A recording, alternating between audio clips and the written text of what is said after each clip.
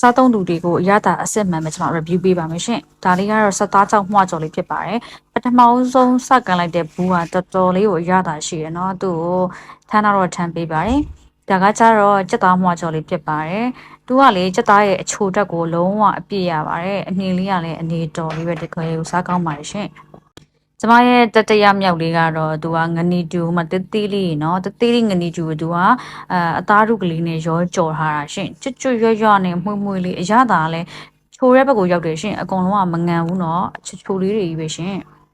ကျမပဲအငန်ကြောက်လို့လားမသိဘူးဒီလိုအချိုလေးတွေကြော်ရင်ကျမတော့တိတ်သဘောကျတယ်ရှင်